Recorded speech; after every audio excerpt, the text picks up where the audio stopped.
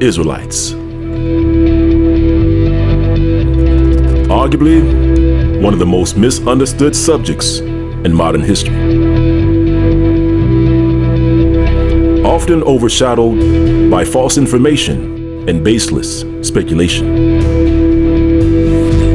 With very few researchers and investigators taking the time to read old references for themselves, and instead relying on the opinion of others. Yah willing, in this series, we will put an end to the confusion and an end to the lies. By reviewing and reading over 100 references and artifacts, proving beyond a shadow of doubt who the true children of Judah are today, and reveal what prophecy has in store for the world, for what they have done to the Most High Yah's chosen people.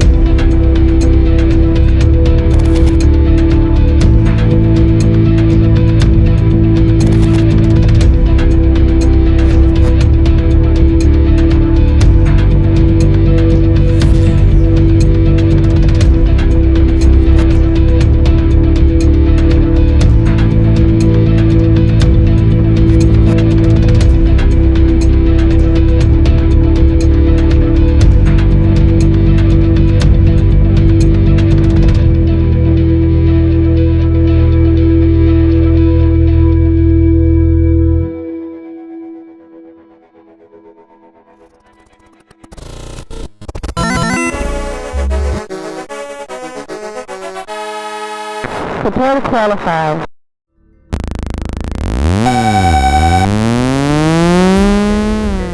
We began by visiting an institution of higher learning, and here we find an old professor reading old books about the Jews. And no, he's not black, Hebrew, or Israelite. However, he sees a shocking truth hidden in plain sight. The truth that the old books describe the Jews as black.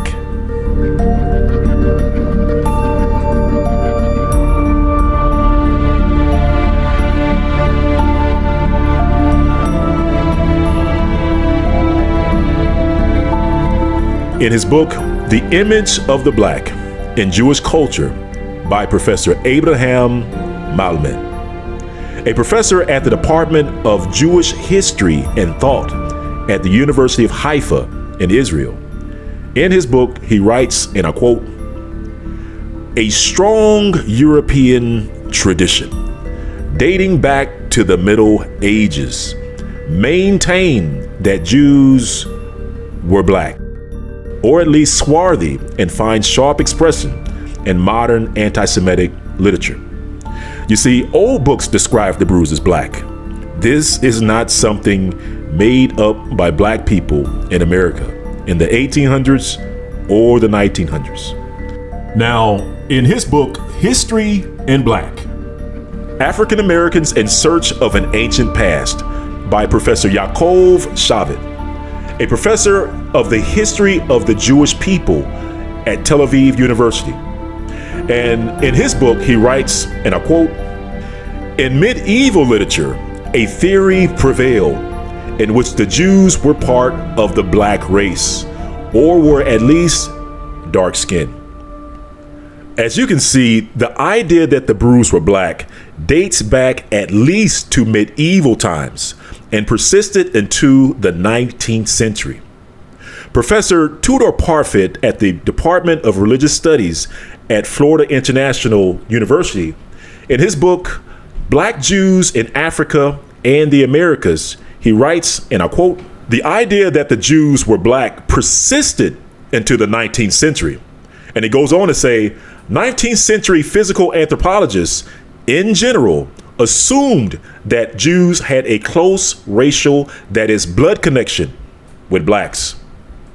You see, in general, it was a common understanding during medieval times that the Hebrews were black. And maybe you're wondering, If it was commonly understood during medieval times that the Brews were black, then why are they considered white today? Why is it anti-Semitic to call them what they once were? Well, to answer that question, we need to take a trip to Israel.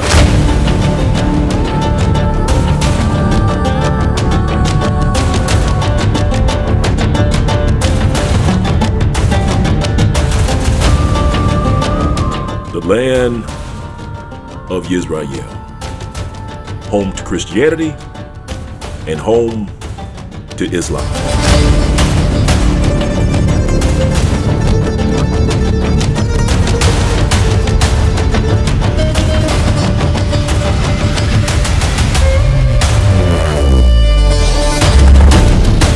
The homeland of the Brews.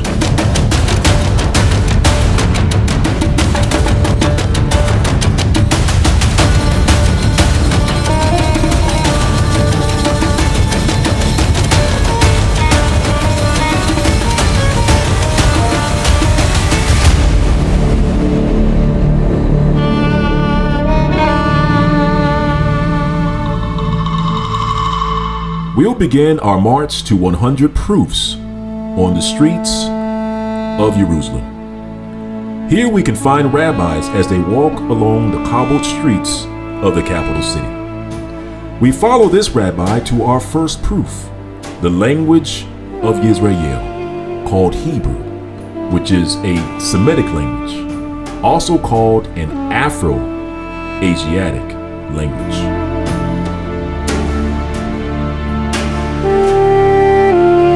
Semitic Afro-Asiatic languages can be found in North and Central Africa.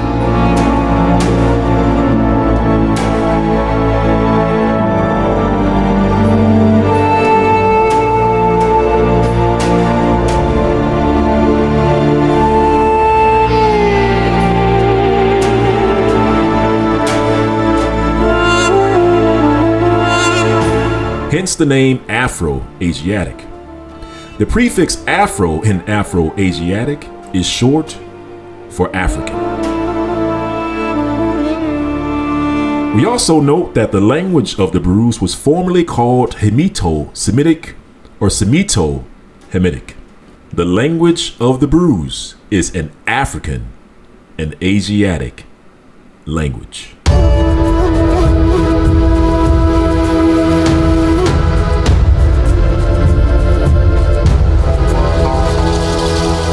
Our next proof can be found in Egypt. You see, Egypt is where the children of Israel served as slaves. And today, in the Brickmeyer tomb, we can find depictions of Semitic people toiling while making bricks. With loins girded, these dark-skinned Semites are pictured in the various stages of brickmaking. Now, notice how the color of some of the dark Semites has worn off. However, if you look closely, you can still find the dark complexion of an African people.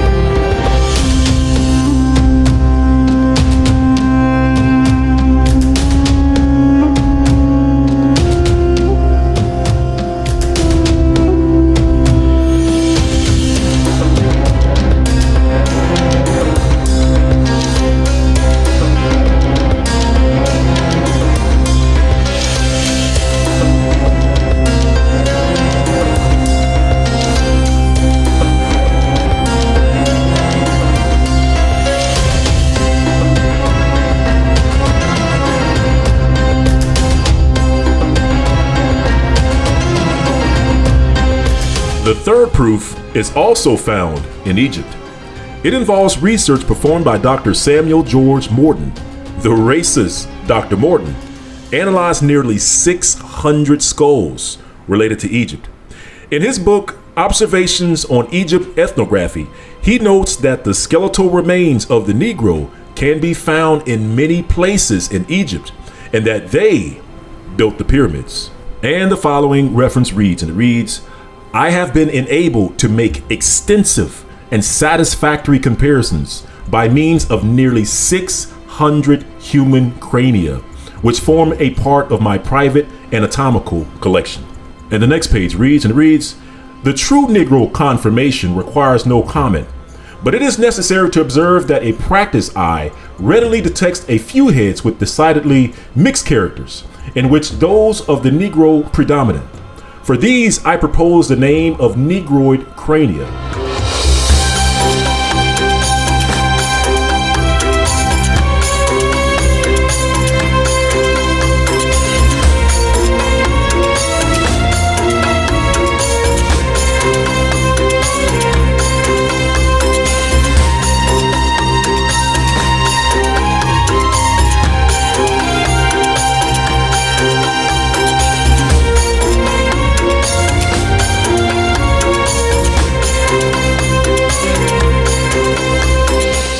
We proceed in the next place to analyze these crania individually, arranging them for the purpose of convenience into 7 series according to their sepulchral localities.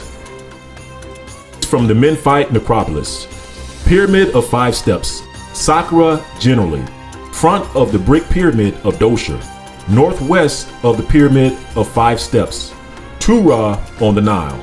Second series from the grottos of Mabdeh. Third series from Abydos. Fourth series from the catacombs of Thebes. Fifth series from Kum Ombos. Sixth series from the island of Begeh near Phila. Seventh series from Bedob in Nubia. Now, these are just some of the locations of the Negro skulls in Egypt. Dr. Morton's analysis of nearly 600 Egyptian skulls not only confirmed the presence of Negroes in Egypt, it also helped confirm who built the pyramids. As the following reference reads, and it reads, we have the most unequivocal evidence, historical and monumental, that slavery was among the earliest of social institutions of Egypt, and that it was imposed on all conquered nations, white as well as black. So numerous was this unfortunate class of persons that it was the boast of Egyptian kings recorded by Diodorus that the vast structures of Luxor and Karnak were erected by the labor of foreigners alone. Of Negro slavery in particular, the paintings and the sculptures give abundant illustration.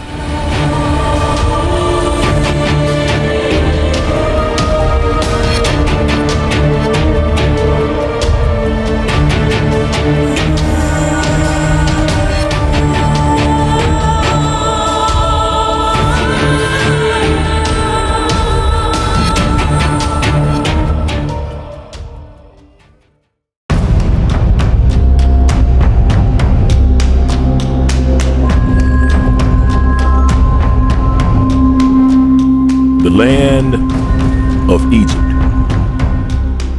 the land of captivity, where the bones of the Negroes can be found scattered throughout the land. During the time of the Pharaohs, and based on the manner in which they were buried, we know that they served in Egypt as slaves. And who was it that served as slaves in Egypt? That's right, family. It was Israel.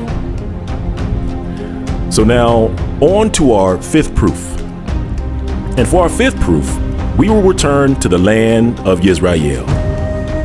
And we visit Judah's royal city of Lachish, where in 701 BC, King Sennacherib led his massive army against Judah's fortified city of Lachish.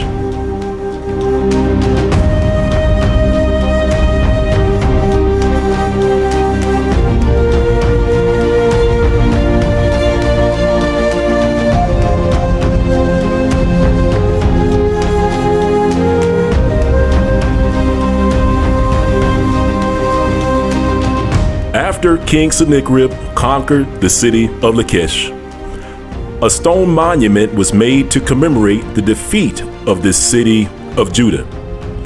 And on this stone relief, we find depictions of what occurred on that fateful day.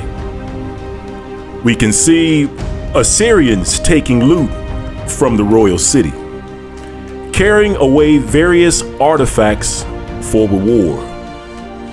We also find detailed depictions of the chosen, set-apart people of Judah. And when we look close, we find the face of the Negro.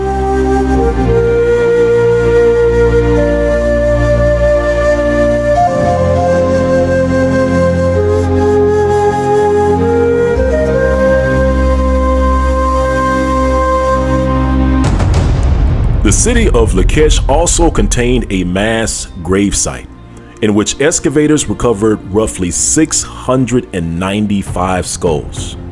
This leads us to our sixth proof, the skulls of Judah in the royal city.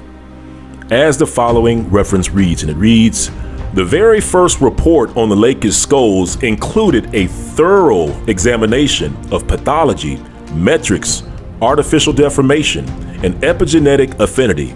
Utilizing craniometrics, Risden in 1939 concluded that the group was very similar to dynastic Egyptian material. In fact, he stated that the entire population was of foreign origin, representing descendants of a group derived primarily from Upper Egypt. This conclusion was subsequently supported by a craniometric study by Musgrave and Evans in 1981. Keita in 1988 likewise examined the skulls metrically, omitting those that were either artificially deformed, female, warped, split, or juvenile, using only those measurements that he believed were consistent population discriminators. He concluded that the group was fairly heterogeneous, having close relationships to North African, Egyptian, and Nubian groups, thus lending support to the Egypto-Nubian presence.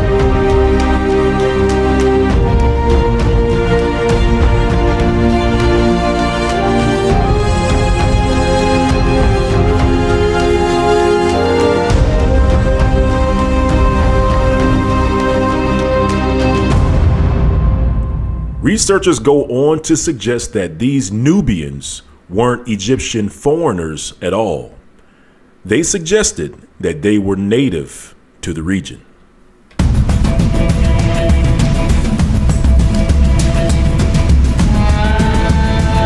Our next proof involves the Judean city, Masada.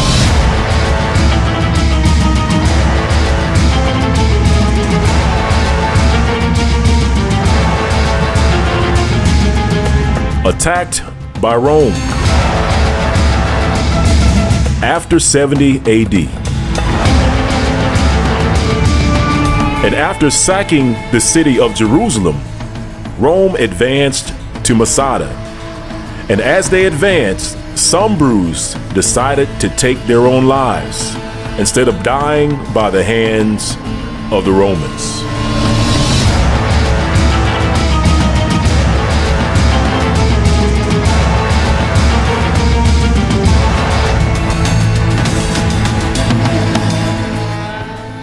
Excavations at Masada revealed the remains of the people of Judah. For example, located on the lower terrace in the northern palace of Masada, archaeologists discovered the remains of 3 bodies close together. As the following reference reads, and it reads, one of the bodies, Yadin said, was that of a man of about 20, perhaps one of the commanders of Masada. Next to him were armor scales. dozens of arrows, an inscribed potsherd, and fragments of a prayer shawl. Nearby, on a plaster floor stained with what looked like blood, was the skeleton of a young woman. Her hair was still preserved, beautifully plaited or braided as if it had just been freshly coifed. Her sandals also were preserved next to her body. The third body, Yadin said, was that of a child. The woman's hair didn't just consist of braids. It included the scalp, which contained locks, which is characteristic of the Negro hair.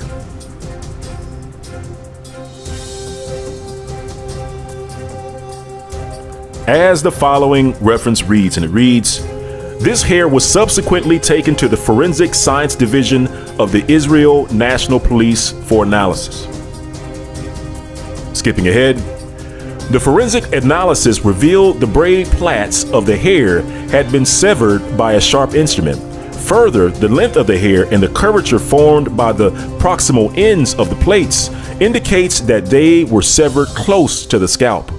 The cut ends of some tresses exhibited a step-like pattern. The random pattern of the cut locks and the steps are consistent with erratic movement of the head in relation to the cutting instrument. In other words, the head was probably in motion while the hair was being sheared. What could account for the presence in the northern palace of an entire head of hair shorn from a woman? In addition to the braids and the locks found at Masada, the skeletons found at the site matched skeletons found at the Hever Valley site. And the Hever Valley site was said to contain skeletons of the Bruise. As the following reference reads, and it reads, "The skeleton type is identical with that discovered in the caves of the Hever Valley." And it continues and it reads, "The archaeological findings led to the conclusion that these skeletons, as well as the skeletons found by Aharonai in 1954 in the Nahal Hever Cave, and probably those found by Aharonai and Yadin in later expeditions to the Judean desert, are all remains of Jewish refugees from the War of Bar Kokhba against the Romans." The land of Israel was divided among each of the 12 tribes, with the tribe of Judah settling the land to the south. It is within the territory of the tribe of Judah we find the city of Lachish, which means the Bruise depicted in the Lachish relief are specifically the tribe of Judah. It is the tribe of Judah that's depicted as a Negro in the Lachish relief in roughly 701 BC. Not only that, roughly 104 years later, we then have another major event, the fall of Jerusalem to the king of Babylon, who takes the people of Judah, sends them to Babylon and to Spain. As the following reference reads, and it reads, "The Spanish Jews maintained that they had been transported hither after the destruction of the temple by the Babylonian conqueror Nebuchadnezzar. Certain Jewish families, the Ibn Dawids and the Abarbanels, boasted descent from the royal house of David and maintained that their ancestors had been settled since the time immemorial, partly in the district of Lucena and partly in the environs of Toledo and Seville. The numerous Spanish Jewish family of Nasi also traced back its pedigree to King David." So family, knowing that the tribe of Judah, shown in the Lachish relief as a Negro, was sent to Spain roughly 104 years later, then what should we expect the Bruise of Spain to look like? Answer: we should expect the Bruise of Spain to look like the bruise shown on the Lachish relief. We should expect the Bruise of Spain and Portugal to look like Negroes. As the following reference reads, and it reads, "The Spanish Jew is always dark complexion." And the next reference reads, and it reads, "In his habit and manners, very formal, a tall, thin, very black man, like a Spaniard or Jew about 50 years old. We note the skulls excavated in Lachish were skulls of black people, and the skulls of the Bruce in Spain were also skulls of black people. They were dolichocephalic. And the following reference reads, and it reads, the Negroid type is primarily represented by the Negro of Africa, between the Sahara and the Cape District, including Madagascar. The skin varies from dark brown to brown black, with eyes of similar dark hue, and hair usually black and always crisp or woolly. The skull is narrow, dolichocephalic. And the next reference reads, and it reads, of the other skulls investigated, it appears that most of those derived from Sephardim, or Spanish and Portuguese Jews, are dolichocephalic. And the next reference reads, and it reads, the same variability occurs in other finds, but the skulls of most of the Sephardim, or Spanish and Portuguese Jews, are dolichocephalic. So if you ever wondered, why are the Bruce of Spain and Portugal black? It's because they were shown as black people in the Lachish relief. Again, the Lachish relief shows Bruce of Spain roughly 104 years before they were sent to Spain. All right, well, let's review. We began by reviewing the language of the Bruce, and we learned that the Semitic language was an Afro-Asiatic language, or an African-Asiatic language. We then took a close-up look at the Hebrew slaves painted on the walls in Egypt, and we learned that they were a dark-skinned people. And we also learned that the skulls of the Bruce could be found throughout Egypt in many locations during the time of the pharaohs. And we also learned that after identifying the Negro in Egypt, they were identified as some of the builders of the pyramids. We next took a look at the Lachish relief, which contained a detailed description of the Bruce. We then reviewed the skulls of Lachish, which also identified the skulls of an African people, identified as Egypto-Nubian. We also reviewed Masada archaeological findings to discover the hair of an African people. And finally, we identified the connection between the Bruce in Lachish and the royal Bruce of Spain and Portugal. Well, family, hopefully you've learned a lot. And most high Yah willing, we will shift our focus to the Bruce of Spain and Portugal in the next episode of 100 Proof. And as always, thank you to those that continue to lift me and my family up in your thoughts and prayers. And thank you to those that continue to support these lessons, for allowing the Most High Yah to use you to help awaken the children of Israel around the world. And thank you to those that continue to share these videos with family and friends. Well, family, if you enjoyed the video, please like and share, and be on the lookout for the next release of Hidden Hebrews, The Times of the Gentiles. Well, take care, family, and shalom.